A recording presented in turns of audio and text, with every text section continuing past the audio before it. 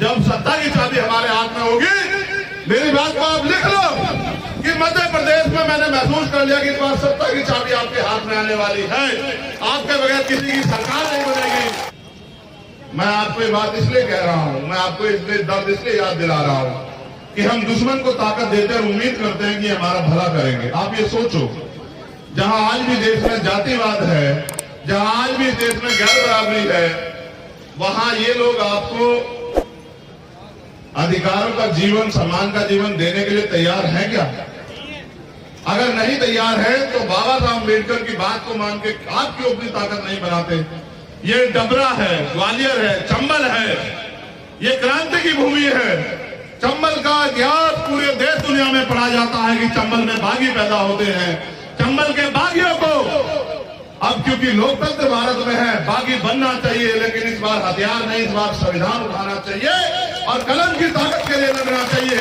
मेरे बहुजन समाज के लोगों, आज हमें बाबा साहब अम्बेडकर की उस बात के साथ खड़े होने की देर है कि राजनीतिक सत्ता वो चाबी है जो आपकी सारी परेशानियों को हल कर सकती है। आज हमें बाबा साहब अम्बेडकर की उस बात के साथ खड़े होने की देर है जब वो ये कहते हैं कि राजनीति में हिस्सेदारी न करने का सबसे बड़ा नुकसान ये है कि अगर के लोग आपके ऊपर शासन करते हैं।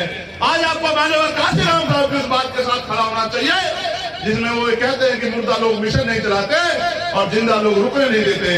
आज माननीय काशीराम साहब की उस बात के साथ भी खड़ा होना चाहिए कि वोट की रक्षा बहन बेटी की रक्षा की तरह करनी चाहिए। आप ये सोचो, इस मध्य प्रदेश में 90% बहुजन समाज में से अगर हम 40-45% बहुजन समाज को भी अपने साथ जोड़ लें, भाईचारा पैदा कर लें और वोट की शक्ति के लिए गांव-गांव जाके बूथ कमेटियां बना के, सेक्टर कमेटियां बना के संघर्ष करें और यहां हम लोग ताकत में आ जाए, तो क्या अभी कभी आपको किसी अन्याय के, क्या आपके साथ अन्याय होगा? पहली बात। या फिर अगर अन्याय कहीं कोई घटना हो जाएगी तो आपको आंदोलन करने पड़ेंगे। आपने देखा कि जब 10% आर्थिक आधार पर आरक्षण लागू हुआ, क्या किसने धरना किया? क्या आंदोलन किया? क्या कोई ज्ञापन दिया? जिनकी राज सत्ता होती है, जिनके पास ताकत होती है, उनको अधिकार मिलते हैं। जिनके पास राज सत्ता नहीं होती उनको जूते चार मिलते हैं। हमें ये तय करना पड़ेगा कि हमें जूते चाहिए या हमें जो है अधिकार चाहिए।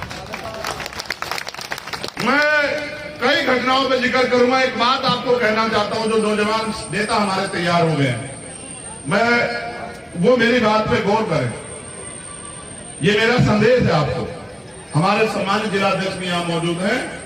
हमारे कार्यक्रम के आयोजक वो भी जो हैं भाई सत्येंद्र जी, वो भी नौजवान हैं। हमारे प्रदेश के प्रभारी और अध्यक्ष भी नौजवान हैं सारे। मैं आपसे संदेश के तौर पे कहना चाहता हूं, हम नौजवानों के कंधे पे मिशन को आगे बढ़ाने के साथ साथ इस इतने बड़े समाज की भी जिम्मेदारी है।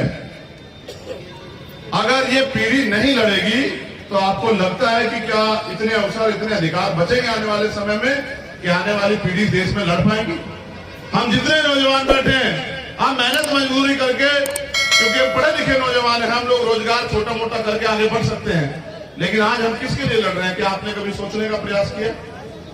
आज हम अपने लिए नहीं लड़ रहे, आज हम अपनी आने वाली पीढ़ियों के लिए लड़ रहे हैं कि अगर हम लोग नहीं लड़े तो हमारे आने वाली पीढ़ियों के हिस्से में क्या बचेगा? आपके घर में जो 4, 6, 7, 10 साल के बच्चे हैं, 12 साल के बच्चे हैं, कल जब अधिकार खत्म हो जाएंगे वो आपसे पूछेंगे कि जब अधिकार छीन रहे थे आप क्या कर रहे थे भैया, आप क्या कर रहे थे चाचा, आप क्या कर रहे थे ताऊ? क्या जवाब दोगे तब आप? देखो, जब जिम्मेदारी हमारे कंधों में है, हमें दूसरे की तरफ नहीं देखना वो क्या कर रहा है, हमें मेहनत करनी है। मैं आपको बताना चाहता हूं आपको क्या करना है। आपको गांव देहात में निकलना है। हर विधानसभा में अपने 200 सक्रिय कार्यकर्ता खड़े करने हैं। उन सक्रिय कार्यकर्ताओं को, एक एक कार्यकर्ताओं को 400 बूथ होंगे मुश्किल से यहाँ विधानसभाओं में।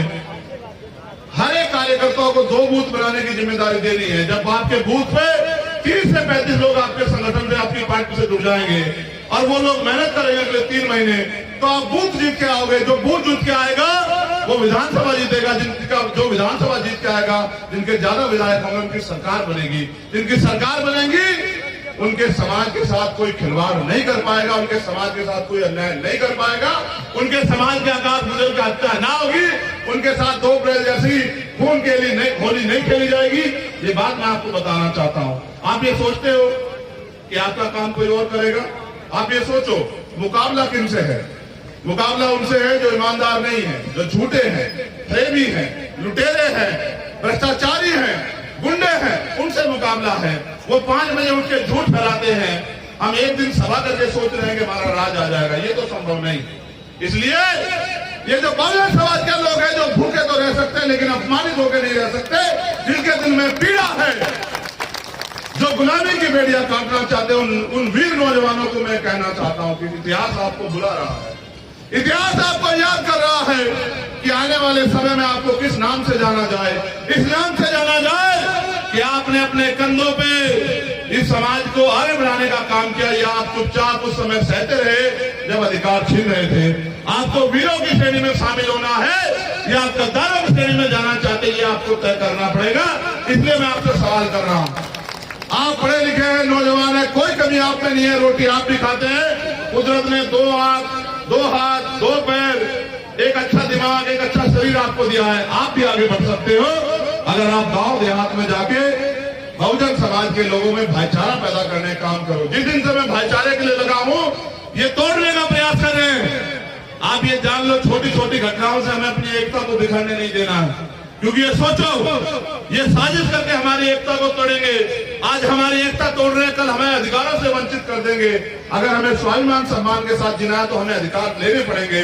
अधिकार मांगने से नहीं मिलते, अधिकार छीनने पड़ते हैं। इसलिए मैं आपसे कह रहा हूं कि जो फसल आपने तैयार की है मेहनत करके, सिर्फ साधारण भाषा में समझे गांव की, कि जो फसल आपने तैयार कर दी है, उस फसल को घर तक लाओगे कैसे? जो फसल आपकी खेत में खड़ी है उसको घर तक पहुंचाओगे कैसे?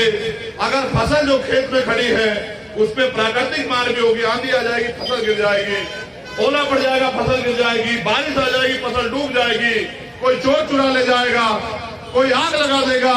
ये जो फसल आपने बहुजन समाज की तैयार की है, अगर आप बूथ के जरिए इसको संगठित नहीं करोगे, यानी कि फसल को काटने वाले, फसल को इकट्ठा करने वाले, फसल को ढोके घर तक लाने वाले तैयार नहीं करोगे, बूथ पे कार्यकर्ता ईमानदार समर्पित, तो फसल आपकी होगी और वो घर किसी और के जाएगी। जब फसल आपकी होगी और घर किसी और के जाएगी तो भला किसी का होगा? आपके हिस्से में सिर्फ और सिर्फ बेबसी, लाचारी और आप हाथ मलते रह जाओगे। इसलिए मैं आपसे कहना चाहता हूं कि अपने बूथ के संगठन को मजबूत करो, विश्वास करो। आपकी दृढ़ इच्छा के सामने ना तो बारिश आपके हौसले को हिला सकती, ना ये आंधी तूफान आपके हौसले को हिला सकता। मैं आपको जानता हूं, आप बाबा साहब अम्बेडकर के वंशज हो, आप शहीद आजम भगत सिंह के वंशज हो। आपको अपनी ताकत को पहचानना पड़ेगा। इस आंधी तूफान से बड़ी आंधी चल रही है आपके अधिकारों के खिलाफ। उन अधिकारों के खिलाफ जो आंधी चल रही है, उस आंधी को आपको रास्ता उसका मोड़ना पड़ेगा, उस आंधी को आपको रोकना पड़ेगा। अगर नहीं रोकोगे तो फिर कल ऐसा हो जाएगा कि 1950 से पहले का भारत लौट आएगा। आपने देखा कि देश में नई संसद का उद्घाटन हुआ और इन्होंने वोट मांगे कि हमने आदिवासी समाज की राष्ट्रपति बना दी है, लेकिन आप ये देखो कि जब सम्मान देने का मामला आया तो उन राष्ट्रपति जी को एक बार बुलाना भी गवारा नहीं समझा। आप समझो कि जो हमारे सर्वोच्च पदों बैठे लोगों का सम्मान नहीं कर सकते तो वो हमें हमारा सम्मान कर लेंगे क्या? ये बात आपको समझनी चाहिए। इसलिए क्योंकि कई मामले मेरी जानकारी में आए, उससे पहले मैं आपसे कहना चाहता हूं कि जिन्होंने नीले पट्टे गले में डाले हैं, जो हमारे नौजवान गुर्जर समाज के भी नेता पिछली बार मेरी गाड़ी में बैठ के मुझसे बहुत देर तक जिन्होंने वार्ता की थी, उनको भी मैं कहना चाहता हूं कि इतिहास रुकेगा नहीं, समय रुकेगा नहीं। इतिहास आपके लिए भी समय रोक के खड़ा नहीं होगा। आपको भी आज से लगना पड़ेगा, भाईचारा पैदा करना पड़ेगा देहात में जाके। जो पिछड़े वर्ग के और हमारे कुशवा मोरे साके और जो हमारे जो है पिछड़े वर्ग के लोग हैं, उनको भी मैं नौजवान साथियों को, अपने नेताओं को कहना चाहता हूं कि आपको भी गांव देहात में जाके भाईचारा पैदा करना पड़ेगा और वोट की शक्ति इकट्ठी करके आजाद समाज पार्टी के साथ खड़ा होना पड़ेगा। जब सत्ता की चाबी हमारे हाथ में होगी, मेरी बात को आप लिख लो कि मध्य प्रदेश में मैंने महसूस कर लिया कि इस बार सत्ता की चाबी आपके हाथ में आने वाली है। आपके बगैर किसी की सरकार नहीं बनेगी। आप ये जान लो कि जब सत्ता की चाबी आपके हाथ में होगी तो आपका नेता ऐसा है, आपका भाई, कि आपके एक एक अधिकार को दुश्मन के डब्बे से छीन के आपके कदमों में निछावर करने का काम बहुत जल्दी कर देगा।